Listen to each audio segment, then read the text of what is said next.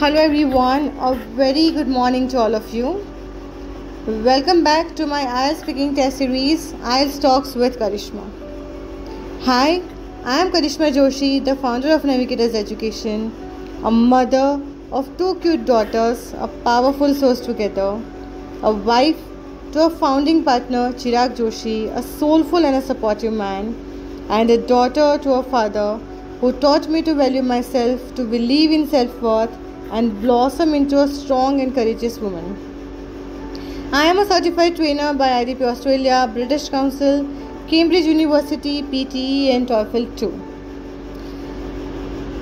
Having 17 plus years of experience by training and helping to secure desired score in IELTS and PTE to more than 10,000 students till date by both offline and online modes. So guys, आज हम लोग Q card के बारे में बात नहीं करने वाले. आज हम कुछ और बात करने वाले हैं. आज हम जानेंगे कि हमें स्पीकिंग टेस्ट में क्या क्या करना चाहिए और क्या क्या नहीं करना चाहिए. ठीक है, जिसकी वजह से कभी कभार क्या होता है कि हमें अच्छा आंसर आता भी होता है, लेकिन हम कुछ इस तरीके से बात कर रहे हैं या तो फिर ऐसा कुछ आंसर में बोल रहे हैं जो हमें नहीं कहना चाहिए.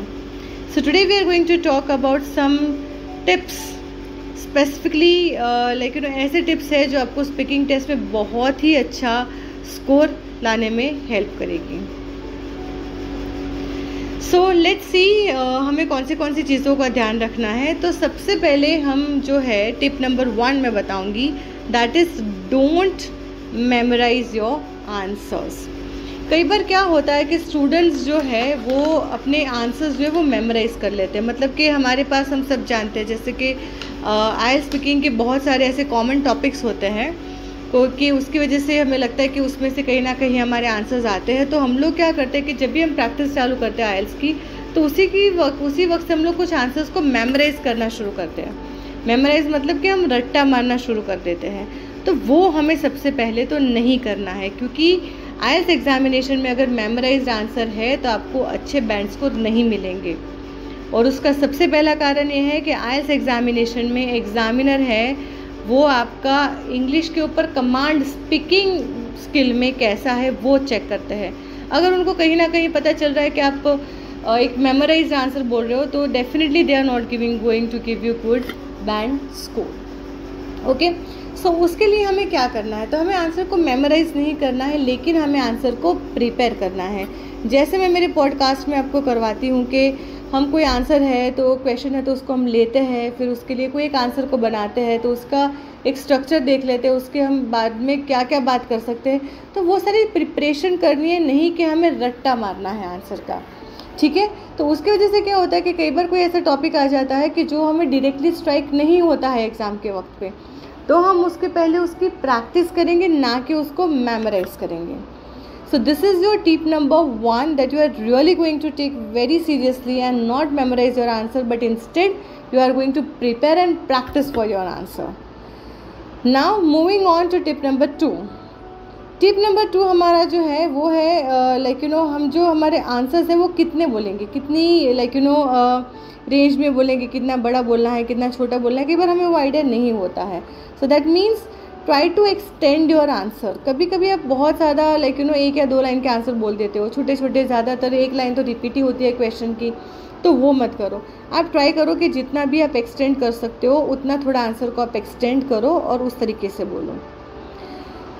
तो उसकी वजह से क्या होगा कि एग्जामिनर को पता चलेगा कि हाँ, you have a knowledge of English, you have a knowledge of speaking. तो जिसकी वजह से आप एक्सटेंड कर पा रहे हो, तो उसकी वजह से आपको जो है तो वहाँ पे आपको स्कोर ज़्यादा मिलेगा आपके IELTS स्पीकिंग टेस्ट मॉड्यूल में. सो ये थी मेरी tip number 2. Now moving on to tip number 3.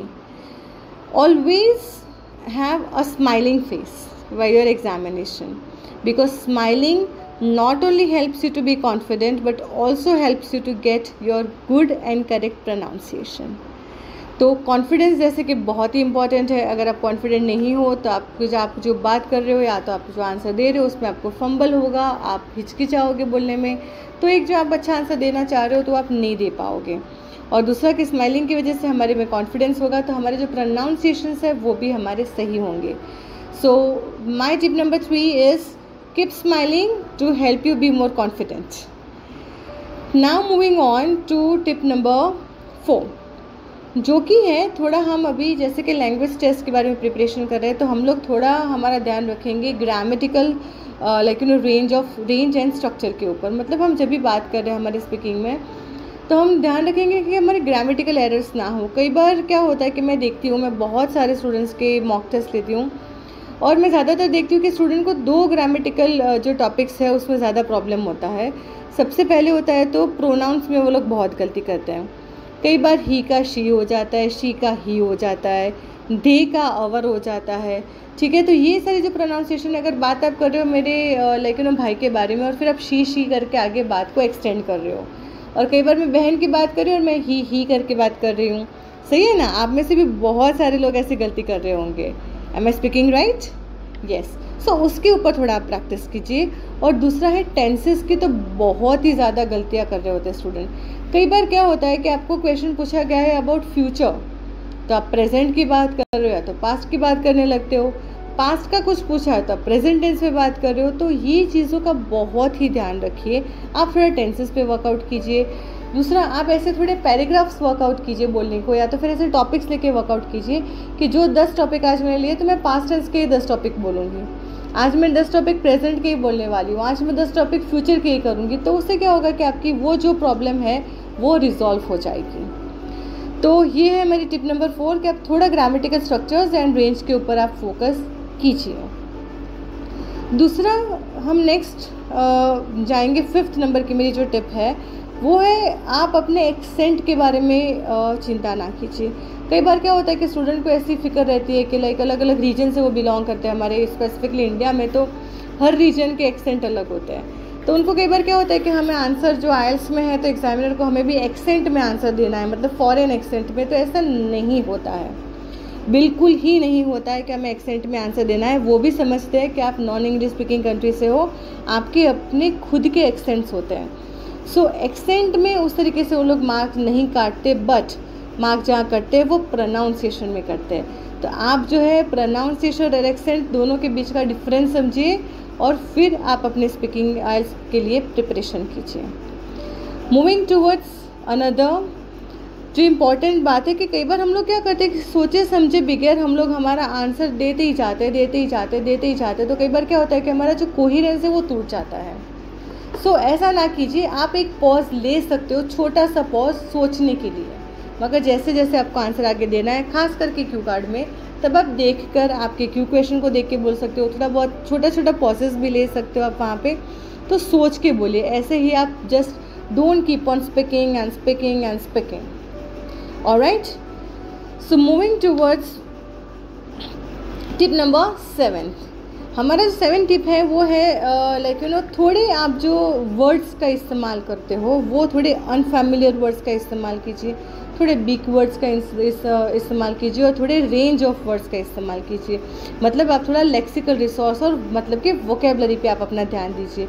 तो उसके लिए भी आप जो कॉमन स्पीकिंग टॉपिक्स होते हैं वो लीजिए, उसकी आप पहले से प्रिपरेशन कीजिए। उसके टॉपिक जो है उसके लिए आप गूगल भी कर सकते हो। थोड़े अनफेमिलियर वर्ड्स वो टॉपिक के रिगार्डिंग निकालो, थोड़े सिनोनिम्स वो वर्ड्स में निकालो। तो उस तरीके से आप थोड़ी अपनी वोकेबुलरी और लेक्सिकल रिसोर्स के ऊपर फोकस कीजिए, which is really very important to get very good score in your IELTS speaking test module. दूसरा, हम लोग नेक्स्ट जो हमारा लेंगे वो है अवॉइड यूजिंग फिलर्स। कई बार हम लोग क्या होता है कि फिलर्स का इस्तेमाल बहुत ज़्यादा करने लगते हैं हमारे स्पीकिंग टेस्ट के लिए। तो उसकी वजह से क्या होता है, हमारा जो मेन कंटेंट होता है, ठीक है, वो कहीं ना कहीं हम लोग मिस कर देते हैं, और या तो फिर हम भूल जाते हैं, या तो फिर हमारा जो कनेक्टिविटी होता है वो हमारा कट जाता है, या तो फिर ऐसा एग्जामिनर को लगता है कि हम हेजिटेट हो रहे हैं। ठीक है, तो वो सारी जो चीज़ें हैं तो उसका आप कम इस्तेमाल कीजिए, तो उसकी वजह से भी आप अच्छे से स्कोर कर पाओगे। नेक्स्ट हमारा जो है टिप्स है, जो टिप नंबर 9 है, तो don't speak in a monotone. Monotone में मत बोलिए। मोनोटोन का मतलब क्या होता है कि जैसे कि मैंने एक पेज में बोलना शुरू किया तो मैं वही पेज में बोले जा रही हूँ, मेरे स्पीकिंग में कोई भी एक्सप्रेशन नहीं है। सो ऐसा नहीं होना चाहिए। There should be an expression in your speaking. जैसे कि अभी मैं आप लोग से बात कर रही हूँ, मैं कुछ चीज़ों को एम्फसाइज़ कर रही हूँ, कुछ चीज़ों को लाइटली बता रही हूँ, कुछ चीज़ों को एकदम ही ज़्यादा बता रही हूँ कि क्वेश्चन करके बता रही हूँ कि आप में से कोई ऐसा कर रहे हो तो ऐसा मत कीजिए। कुछ चीज़ों में मेरी आपको एक बात करने का जो एक्सप्रेशन होता है वो बहुत ही हैप्पी होता है, कोई एक्सप्रेशन होता है जो बहुत ही फिक्र वाला होता है कि no you have to do this thing. तो इस तरीके से हमारा एक स्टीरियोटाइप जो है वो टोन नहीं होना चाहिए। It should not be a monotone, मतलब एक ही टोन नहीं होना चाहिए, हमारे टोन अलग अलग होने चाहिए जब हम स्पीकिंग कर रहे होते हैं। And guys, now last and most important tips जो मैं आपको देने वाली हूँ वो है कि आप प्रैक्टिस कीजिए कॉमन आइल्स स्पीकिंग टेस्ट के ऊपर। और प्रैक्टिस में ज़्यादा से ज़्यादा क्या ज़रूरी है, तो आंसर को प्रिपेयर करना, उसके नोट्स लेना, वोकेबलरी लेना, कंटेंट लेना, ये तो इम्पॉर्टेंट है। लेकिन अगर आप स्पीकिंग टेस्ट दे रहे हो तो जो बहुत बहुत बहुत ही ज़्यादा इम्पॉर्टेंट पार्ट है वो बोलना होता है, इंग्लिश में बोलना होता है। और वहाँ पे आपकी जितनी ही ईजीनेस रही बोलने में उतना ही अच्छा आप स्कोर कर पाओगे। So guys, my last advice and last tip to you is keep practicing your speaking, not only by reading the answers or preparing it, but by speaking your answers again and again and new answers। तो जितने answer आप बोलोगे, आप practice करोगे, अपनी टंग जो है वो उससे इतना यूज्ड हो जाएगी, आपका माइंड है वो भी एक शार्प हो जाएगा। कई बार स्टूडेंट्स को क्या होता है कि मैम दिमाग में होता है लेकिन जल्दी मुँह पे नहीं आता, या तो हम बोलना चाह रहे हैं लेकिन जल्दी से दिमाग में वो स्ट्राइक नहीं होता। तो ये सारी चीज़ों का जो एक सल्यूशन है वो है स्पीकिंग की प्रैक्टिस कीजिए। अगर आपके पास आपके कोई फ्रेंड्स है या तो कोई रिलेटिव है या कोई सिबलिंग है, अगर वो भी आपके साथ आइल्स प्रिपेयर कर रहे हैं तो बहुत ही अच्छा है आपके लिए कि आप दोनों जन सामने एक दूसरे के क्वेश्चंस पूछिए, आंसर्स दीजिए। तो उस तरीके से बोलने की प्रैक्टिस कीजिए। और अगर ऐसा कोई भी नहीं है या तो फिर आप शाई नेचर के हो, तो आजकल हमारा बहुत ही अच्छा एक दोस्त है मोबाइल फ़ोन, जो हम सभी के पास होता है।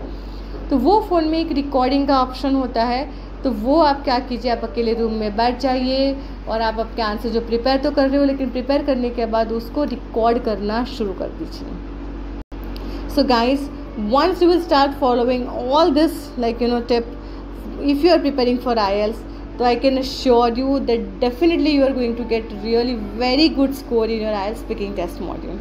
So guys, ये जो मैंने टिप्स दिए आप ज़रूर उसको फॉलो कीजिए। और अगर आपको कुछ भी क्वेरीज़ है, आप कुछ फीडबैक देना चाहते हो, या तो फिर आपको कोई स्पीकिंग टेस्ट के बारे में आपको कोई क्वेश्चन हो रहा है, तो आप ज़रूर से मुझे कमेंट बॉक्स में डाल के दे सकते हो। So guys, I am waiting for your feedback and your comments in the response box. Till then, bye bye, take care, and yes, don't forget to like and share my podcast series.